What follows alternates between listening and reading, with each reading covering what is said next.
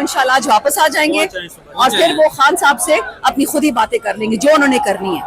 उनकी 9 मई के बाद किसी से कम स्ट्रगल नहीं है। बिल्कुल शेर अफजल मरवत पे आपको उन्होंने अपने घर में पनाह दे रखी है जब पूरे इदारे मेरी वालिदा को, मैं जेल में थी, मेरे वालिदा को पनाह दी थी, शहरियार की बीवी को पनाह दी थी। लेकिन याद रखो शेर अफजल की मेहनत पे कोई सवालिया निशान नहीं है।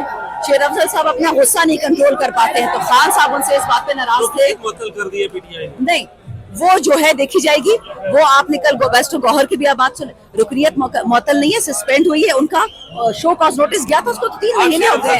शेर अफजल मरवत से आगे खड़ी होगी, आप उनकी वकालत करेंगी खान साहब के सामने? मैंने आज तक जिसका एहसान लिया है, मैंने कभी एहसान फरामोशी नहीं की।